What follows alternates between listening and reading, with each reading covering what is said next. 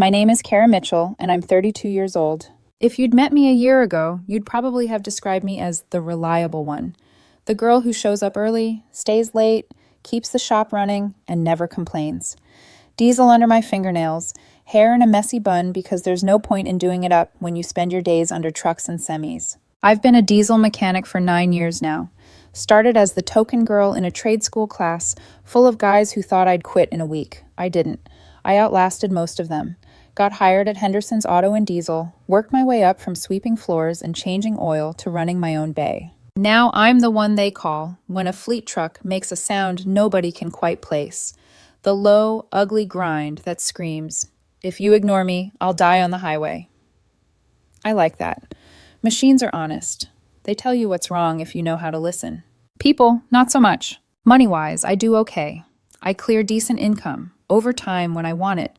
I own my truck outright. I'm 3 years into a 15-year mortgage on a small 2-bedroom apartment in a boring but safe neighborhood.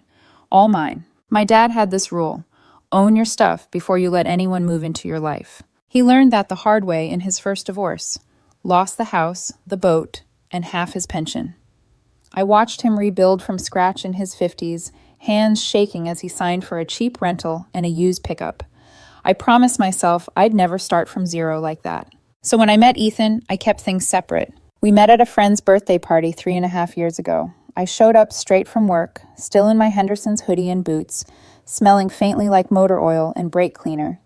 He walked in later, all pressed shirt, perfect hair, and that real estate agent smile you could probably see from space. He sold houses, the nice kind, open concept kitchens, quartz countertops, everything staged with fake plants and soft jazz in the background. He smelled like expensive cologne and success. I remember thinking, he's out of my league. I'm a grease monkey with calloused hands and a coffee addiction. He's the guy in the photos with perfect lighting and champagne flutes. But he laughed at my jokes, asked real questions, didn't flinch when I said I was a diesel mechanic. If anything, he seemed impressed. "That's actually kinda hot," he'd said, half joking. "You can fix things. Most people can't fix anything anymore." The first year was good, really good. We did breakfasts at diners on Sundays when I had mornings off. We went on hikes when my schedule allowed it. We binged crime shows on his couch while he critiqued the houses and I critiqued the cars. He didn't seem embarrassed to show up places with me in work boots and hoodies. He'd say he liked that I actually did something real with my hands. Later, I'd replay how he said it, like I was a novelty. Cute. A story he could tell at parties. 6 months after he proposed, things shifted. It started small. Comments about my truck not being a real daily driver. Casual comparisons to his coworkers' cars. "Logan just bought a Tesla. It's so smooth. You'd love it," he'd say, glancing at my truck like it was a dinosaur. Or, "My clients don't really picture a mechanic when they think of my fiancé. It's interesting."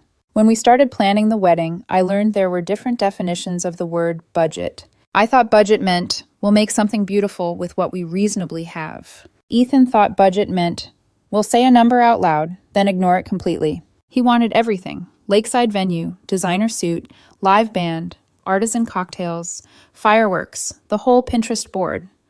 He had this vision of drone footage over water, us kissing on a pier while everyone clapped. I suggested something smaller. "What about a backyard wedding?" I'd said one night, scrolling through prices, heart creeping into my throat. "Fairy lights, good food, your aunt's huge yard." He'd made a face. "Kara, I work in real estate. People know me. I can't invite clients and coworkers to a backyard barbecue and call it a wedding." Translation: I wasn't enough of an aesthetic. We argued. He said I didn't care about his dream day. I pointed out that his dream day cost more than my truck. We landed on a number, $28,000. He said it like it was nothing. I said it like I'd just agreed to donate a kidney. We agreed he'd cover decor and his suit, and I'd cover the bigger line items: venue deposit, band, photographer, catering. Because, as he put it, you've got the steady overtime. Commissions are unpredictable right now. I love how that translated into, you pay. My savings took a hit. Mortgage still had to be paid. Groceries, utilities, my own existence. They didn't disappear just because we decided to throw a party with cake. So I picked up a side hustle. DoorDash. Yeah, I know. A diesel mechanic delivering takeout in the evenings to pay for her fiancé's dream wedding. The irony wasn't lost on me. My coworker and best friend Garrett nearly choked on his coffee when I told him. "You're door dashing?" he said, wiping his mouth. "You, after fixing engines all day?" "Wedding's expensive," I shrugged. "Money doesn't print itself." He snorted. "You're delivering cold fries with hands that could rebuild a transmission blindfolded, and you're using your truck?" I said, rolling my eyes. "Relax. I switched to Ethan's Civic. Better mileage." When I told Ethan I was using his little blue Honda, he'd smiled and kissed my forehead. "You're amazing, you know that?" he said. "Doing all this for us." "For us, right." At first, he texted me goodnight when I was out, sent little heart emojis, asked if I was safe, told me to come home soon. Around month 2, something shifted. The goodnight text stopped. The "you're amazing" turned into, "you're never around lately." I wanted to scream, "I'm never around because I'm working extra to pay for your 200 guest Instagram moment." Instead, I said, "It'll calm down once we catch up on deposits." He started going to networking drinks and client dinners more often. New shirts, new shoes, colognes I'd never smelled before. His phone became another limb. Face down on the table, notifications off. He'd laugh at something for a few seconds, then, when I'd ask, "What's funny?" he'd lock the screen and say, "Just work stuff." There was the night he came home at 2:00 a.m., looking rumpled and wired. "Car trouble," he'd said. Sabrina's car broke down on the highway, so I stayed with her until the tow truck came. Sabrina. I'd heard her name before, one of the other agents at his brokerage. Married. Kids. "Highway smells like perfume now," I'd muttered. Because he did. Not mine. Something floral and sugary. He'd kissed my cheek. "Don't start, Kara. You know how you get." How I get. Like catching the scent of someone else on your fiancé is a character flaw. I swallowed it. Went to work the next morning like a zombie. Garrett watched me pick at a sandwich during lunch and shook his head. "He's seeing someone else," he said flatly. I almost threw my wrench at him. "Don't start, Garrett. You don't know him."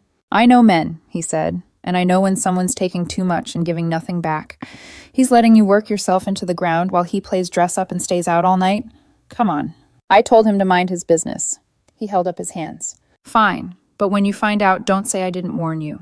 2 weeks later, I was staring at my phone in the parking lot of a burger joint, and my stomach dropped through the floor. It was a Thursday in late November, cold enough that your breath came out in little ghosts. I'd finished my shift at the shop around 6, grabbed a quick bite, then logged into DoorDash around 7:30. Orders were steady. Burgers, tacos, late-night milkshakes. At 11:40 p.m., I got a ping. Pick up from a burger place on the west side. Order name, E. Woods. Total, 43 big order. Good tip. The address loaded, and a chill skated down my spine. Sunset Motel, Route 12. The Sunset Motel was the kind of place that showed up in true crime podcasts. Peeling paint, flickering neon vacancy sign, parking lot cratered with potholes.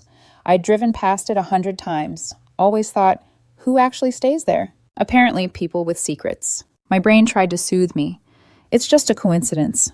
You get random addresses all the time. It's just a motel. You'll drop the food and leave. Still, I hesitated for a solid 10 seconds before I hit navigate. 15 minutes later, I pulled into the lot.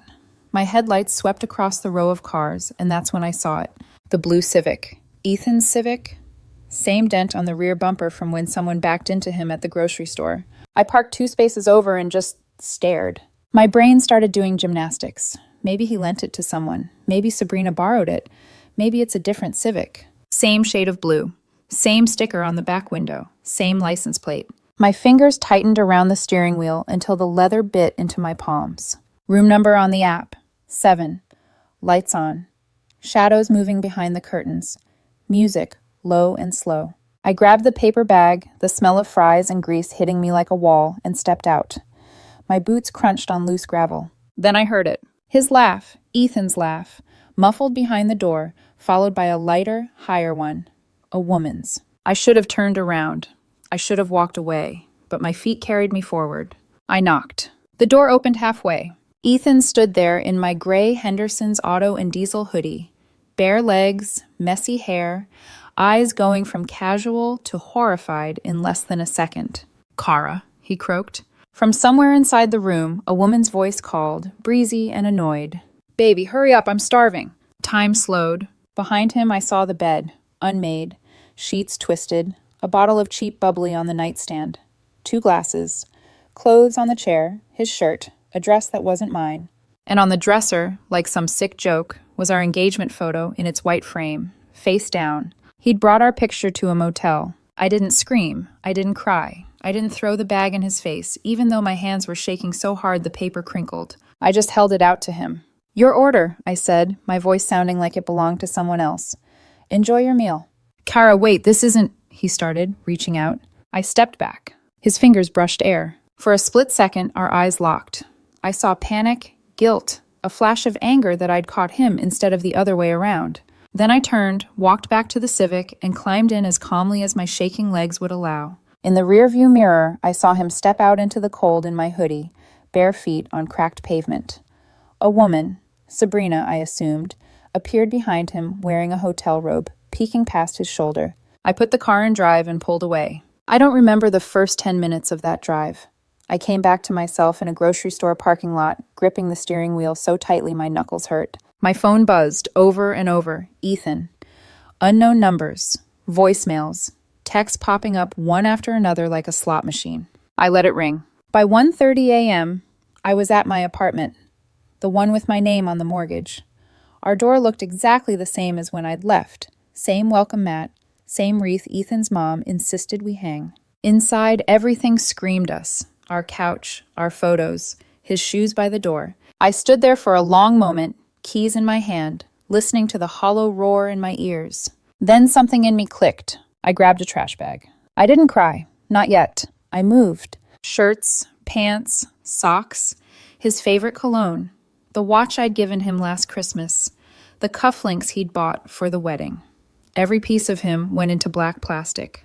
By 3:00 a.m., 4 bulging bags sat lined up by the door like dead weight. I pulled out my phone and Googled 24-hour locksmith near me. The guy showed up around 4:15, hair messy, eyes still half asleep. "Rough night?" he asked, kneeling by the lock. "You have no idea," I replied. He changed the locks in silence. I paid him. $200. The first money I'd spent in hours that felt like it actually protected me. When he left, dawn was starting to gray the sky.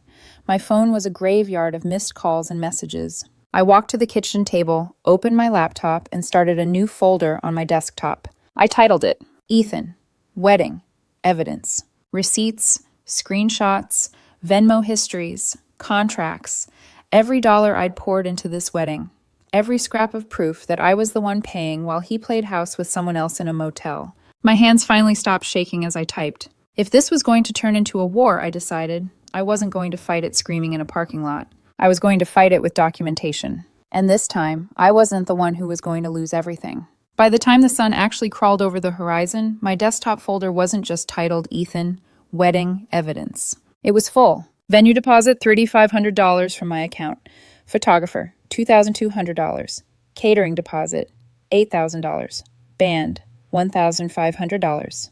Dress, mine. Shoes, mine. Every receipt I opened was like a brick I'd handed him to build the life he'd been secretly living with someone else. I screenshotted bank transfers, Venmo notes where he'd sent me half for rent in the early months. The cute little comments flashed by.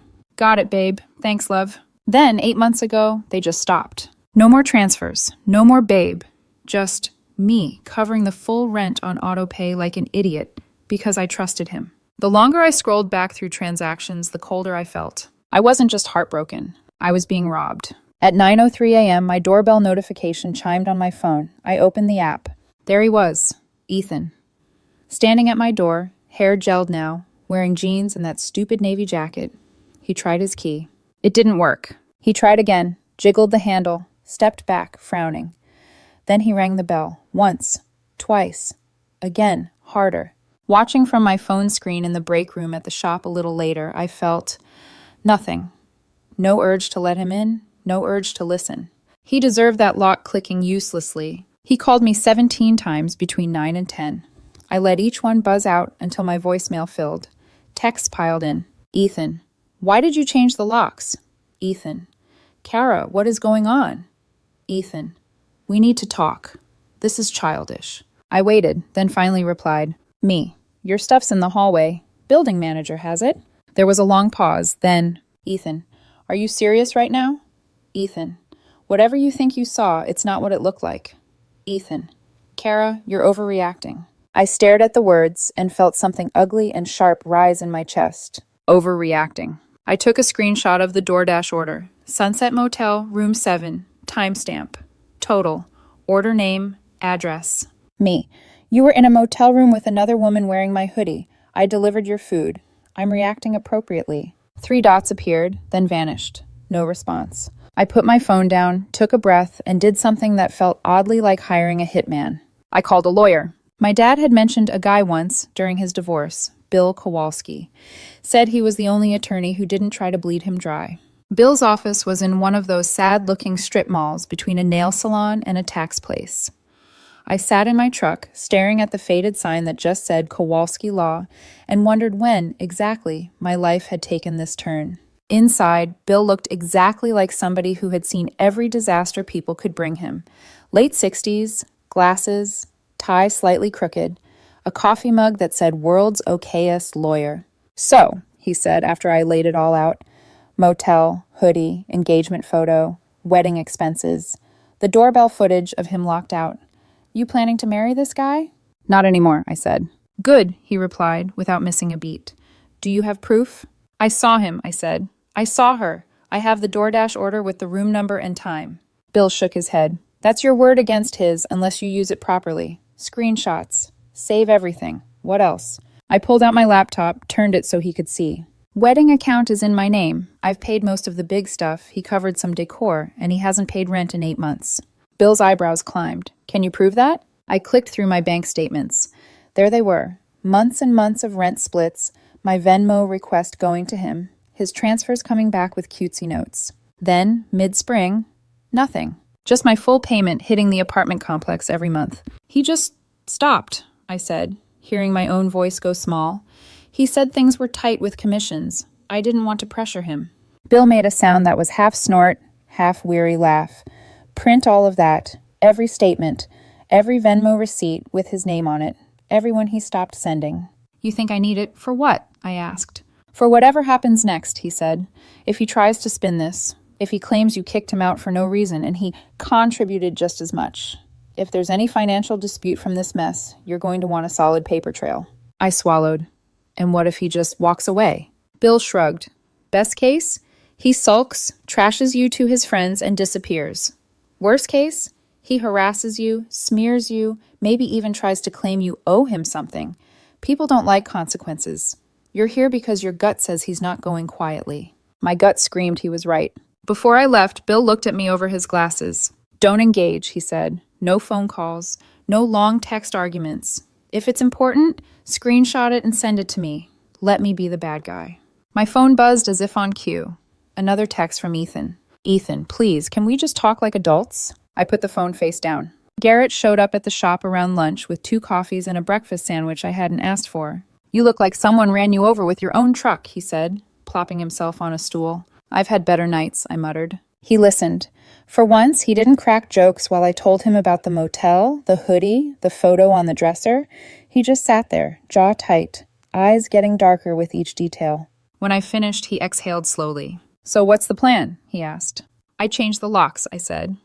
Got a lawyer. I'm canceling the wedding. I'm done. Garrett nodded approvingly. Good start. But you know he's going to spin this, right? Guys like that don't go around telling people, hey, I blew up my life because I can't keep it in my pants. They say, she went crazy and kicked me out. He wasn't wrong. By noon, the text started. Not from Ethan. From people I barely knew. Unknown. Hey, it's Jess. I work with Ethan. He's really upset. He says you locked him out. Is everything okay? Unknown 2. This is Melissa from Ethan's office. He said you changed the locks and canceled the wedding over a misunderstanding. He's devastated. Maybe you should talk? Unknown 3. I don't know what happened, but punishing someone like this is cruel. Everyone makes mistakes. Everyone makes mistakes. That one made my vision blur. Garrett watched my hands shake as I read. There it is, he said. Villain origin story, starring you. I didn't do anything wrong, I said, the words coming out tighter than I meant. I literally caught him cheating on me while I was delivering food to pay for our wedding. Doesn't matter what you did, Garrett said. Matters what he tells people you did. Another text came in, this time from his mom. Ethan's mom. Kara. He's been crying all morning. Whatever happened, please don't throw away your future over one bad night. Talk to him. He loves you. Loves. A laugh burst out of me, sharp and humorless. A bad night. That's what it was now. I typed, stared, deleted. My thumb hovered over the keyboard before I finally locked the phone and shoved it in my pocket. You okay? Garrett asked quietly. No, I said, but I will be. That afternoon, on my 15-minute break, I called the venue. Hi, this is Kara Mitchell. I need to cancel our booking for May 21st. The woman on the other end sounded sympathetic. I'm so sorry. Is everything okay? Our wedding is off, I said, the words heavy and strangely freeing at the same time. We won't be needing the space. She walked me through the contract. No refund on the deposit. I hung up $6,000 poorer between that and non-refundable vendor fees. The photographer surprised me, though. When I told her why I needed to cancel, she was quiet for a moment. My ex cheated on me right before our date, she said finally. I know that feeling. I'll refund half your deposit. My throat tightened. Thank you. Don't thank me, she replied. Thank yourself for not marrying him. I canceled the band, the caterer, the florist. Each call felt like peeling away a layer of skin that had never fit me right. By the time I got home that night, my kitchen table looked like a crime board. Contracts, statements, names circled in red, Ethan's handwriting on sticky notes, lists of songs he wanted the band to learn. I picked one up. First dance. Perfect, I snorted. Perfect. Sure. My phone buzzed again. This time, Ethan. Ethan. Kara, I'm outside the shop. Can we please talk? I opened the doorbell app. There he was again, standing on the sidewalk, shoving his hands in his pockets like a kid about to get grounded. I didn't answer. Didn't go out. Instead, I texted, Me. Do not come to my job again. If you need something, talk to my lawyer. 3 dots. Then, Ethan, a lawyer? Seriously? You're blowing this out of proportion. We had a rough patch, that's all. You didn't have to change the locks and cancel everything. You're being dramatic. There it was again. Dramatic. Overreacting. Childish. Suddenly, the ache in my chest shifted into something sharper. For years, he'd complimented me on being rational, calm, grounded. Now that I'd finally taken action that didn't benefit him, I was hysterical. I took a breath and typed, Me, you cheated on me. Repeatedly. While I was working extra jobs to pay for a wedding you wanted. That's not a rough patch. That's who you are. He didn't respond. For a moment, the silence felt like a win. Then my phone lit up again. This time with a group chat I didn't even remember agreeing to be in. Some mix of his friends and coworkers. Random guy. Kara. He said you're punishing him instead of working it out. That's messed up. Someone else. He told us you're refusing to even listen. Everyone makes mistakes. Everyone. I stared at the last message Nate, one of his buddies from college, had sent in that chat months ago. Nate. Dude, Sabrina's gonna get you in trouble one day. At the time, I hadn't thought much of it. Just office teasing. Now the letters blurred. Sabrina. My fingers moved before I could talk myself out of it. I opened my laptop, found her name in the brokerage's staff list, pulled up her smiling headshot. Sleek dark hair, white blazer, arms folded in front of a luxury home. Married. I remembered Ethan mentioning it once in passing. Her husband works in finance, he'd said. They're like a power couple. I stared at her photo, something cold and patient, settling into my bones. First, I'd protected my house. Then, my money. Now I was going to protect something else. My side of the story. Because if Ethan wanted to rewrite me as the villain in his narrative, I was going to make sure there was a record, somewhere, somehow, that said otherwise. I closed the laptop, rubbed my eyes, and leaned back in the chair. This wasn't over. But for the first time since that motel door opened, I felt the faintest flicker of control. By the next morning, something in me had settled into a cold, steady clarity. I wasn't going to scream, or beg, or publicly expose Ethan in some messy social media spectacle. That's what he expected. That's what cheaters always expect. Chaos, tears, desperation. Instead, I opened my laptop, made coffee, and started digging. First, our shared Google Photos account. Ethan and I had used it to back up pictures from trips, date nights, family gatherings. Nothing malicious, just convenience. I hadn't opened it since before wedding planning consumed every spare moment I had. Now I clicked into it with purpose. At the top of the screen, photos only you can see. I froze. Ethan had put some pictures in a private folder. My pulse thundered in my ears as I clicked. There she was, Sabrina, in a black dress at some hotel bar, in workout clothes, taking a mirror selfie in a gym that definitely wasn't ours. lying on a hotel bed, taking a picture of her legs with a caption, "Best weekend ever." Date, 4 months ago. My throat closed. 4 months. This wasn't a one-time mistake. This was a second relationship. Weekend trips, dinner reservations, nighttime skyline photos. Another one. Love this man. My hand shook as I clicked download on every single one. Then another shock hit me. The little info icon showed GPS location tags. Several photos were taken in cities neither Ethan nor I had visited, not for work, not for vacation. So he'd lied about work travel too. Good. Great. Every lie was another receipt. I pulled them all into a folder. Then I removed his access to the account. Not petty. Strategic. 2 hours later, as if right on cue, a text flashed across my screen. Ethan, why can't I see the photo library? Did you change something? I didn't answer. I didn't have to. That afternoon, I heard from someone completely unexpected. A new number texted me. Unknown. Hi, is this Kara? My name is Caleb. I'm Sabrina's husband. I stared at the message until the letters blurred. Her husband. Her husband.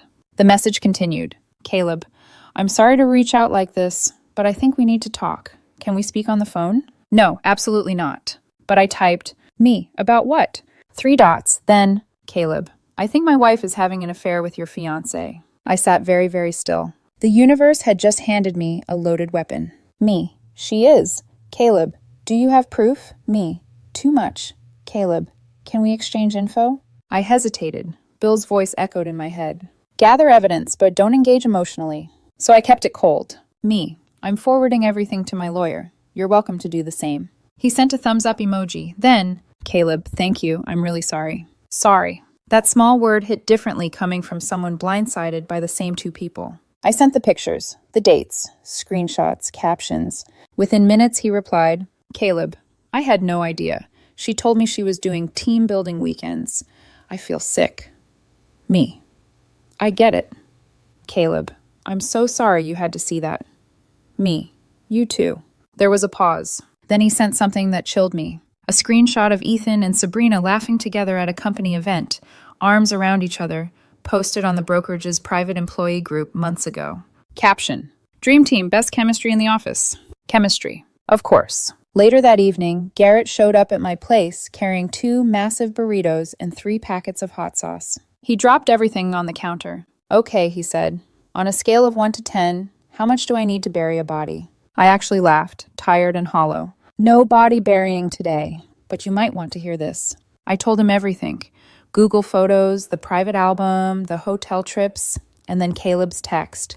Garrett didn't speak for a full 10 seconds. Then he let out a slow whistle. So not only was Ethan cheating, he said, he was cheating with a married coworker, and her husband just found out? Pretty much. Garrett shook his head. Kara, this isn't a breakup. This is going to be a full-blown explosion. Oh, don't worry, I murmured. I'm planning the exact location. By the end of the week, Ethan's version of events had reached Olympic levels of manipulation. He told his friends I lost my mind and overreacted, that we were just having a tough time and I threw away our future.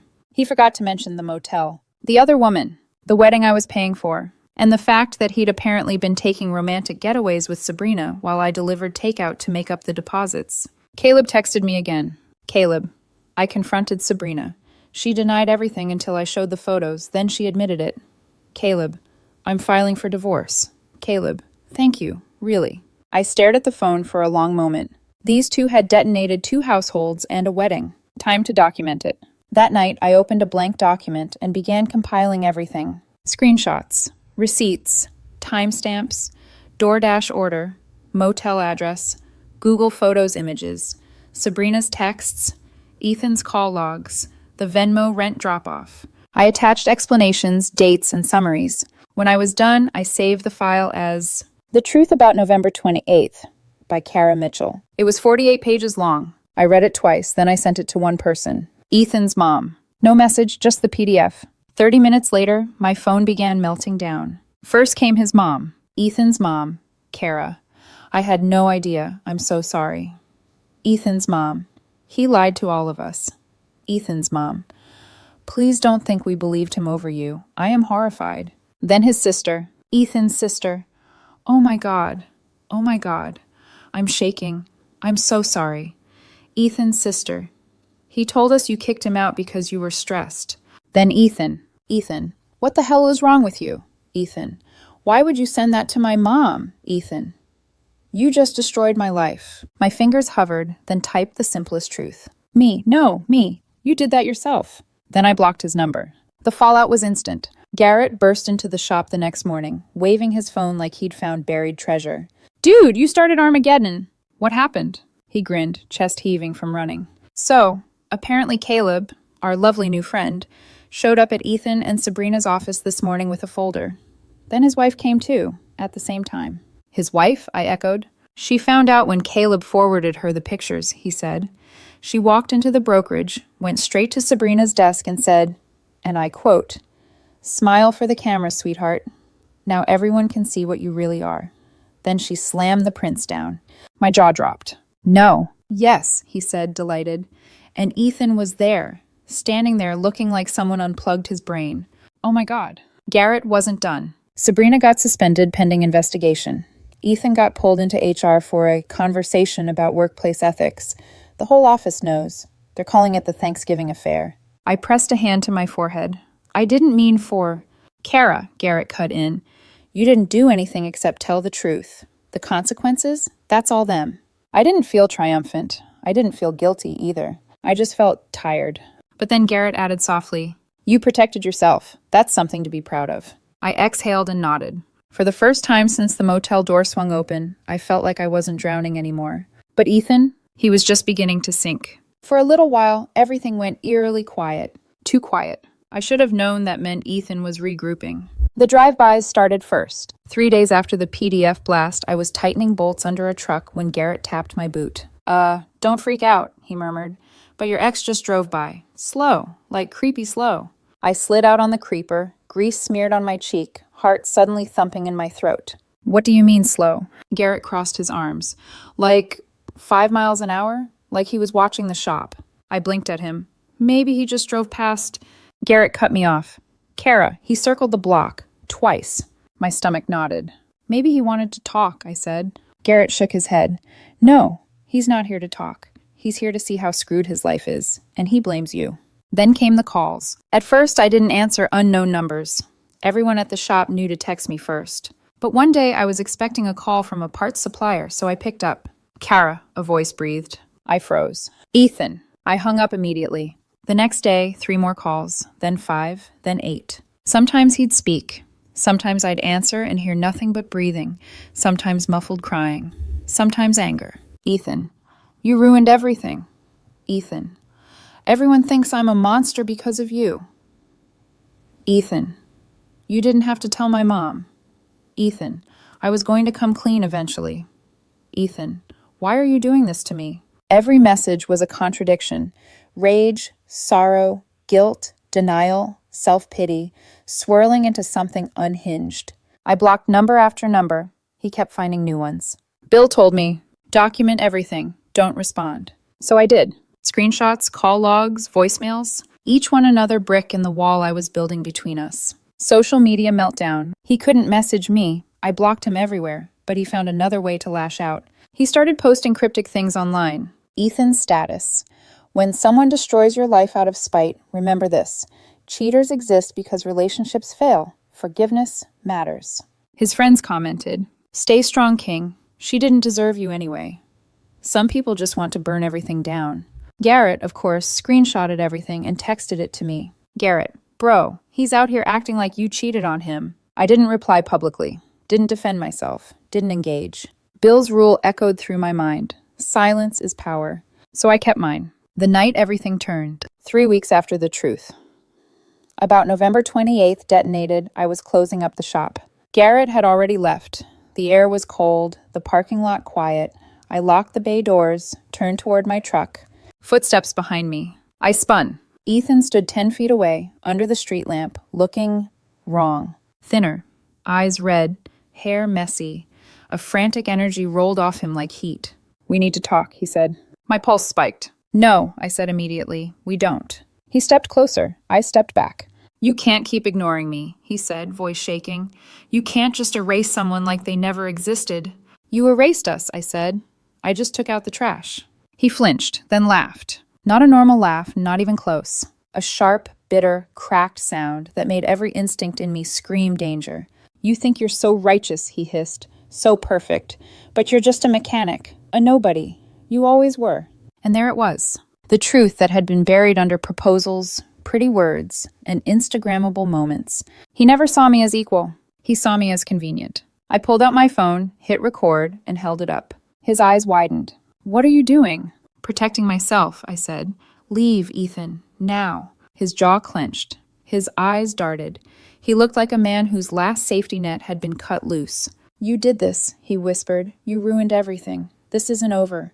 He backed away, slow at first, then turned and hurried to his car. I kept recording until his taillights disappeared. Then my hands shook so badly I had to lean against the truck. I sent the video to Bill. He called me within seconds. "File for a restraining order. Tomorrow morning." "Isn't that—" "No," he cut in. "Kara, listen to me. This is escalating. He's stalking you, harassing you, showing up at your job, making threats. You need legal protection before this gets worse." The fear I'd been holding at arm's length finally cracked through. "I'll go first thing," I whispered. "Good," Bill said. "And Kara?" "Yeah?" "You're doing the right thing." The restraining order. The courthouse was cold and gray, filled with people trying to hold themselves together. I wasn't the first betrayed partner to stand at that counter. I wouldn't be the last. I handed over the video, screenshots, harassing calls, doorbell footage, notes from co-workers, evidence of drive-bys. The judge approved it in minutes. 500 feet. No contact. No third-party contact.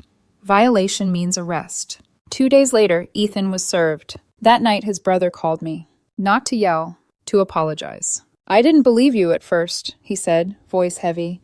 "But I've been letting him stay with me since Sabrina got suspended, and he's not good, Kara. He's spiraling. He sits in his car outside your shop, talks about fixing things with you. He's obsessed." I closed my eyes. "I'm sorry," I said softly. "I never wanted it to get this far." "I know," he murmured. Thank you for getting a restraining order. Maybe it'll force him to get help."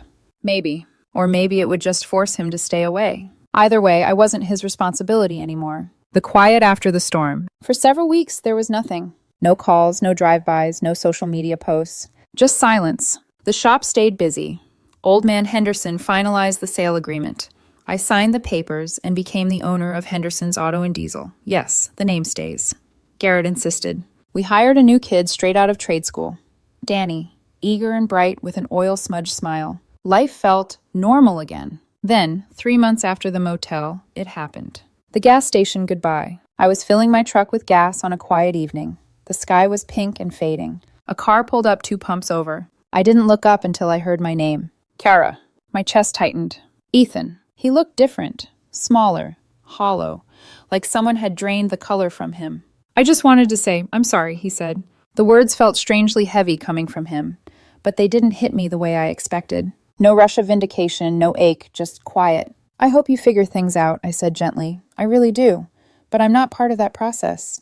He nodded, eyes glassy. "I know." I finished filling my tank, closed the cap, got in my truck. He opened his mouth, maybe to say something else, but I didn't wait to hear it. I put the truck in drive and pulled away. I didn't look in the mirror. I didn't need to. Some stories end with fireworks. Some end with screaming. Mine ended with the simple click of a gas pump returning to its cradle. Epilogue. What I learned. Driving home that night, windows down, engine humming beneath me, I realized something. Walking away isn't weakness. It's choosing yourself. It's trusting the truth over the lies someone else tries to feed you. It's closing a chapter without letting it burn you alive. And sometimes justice doesn't look like revenge. It looks like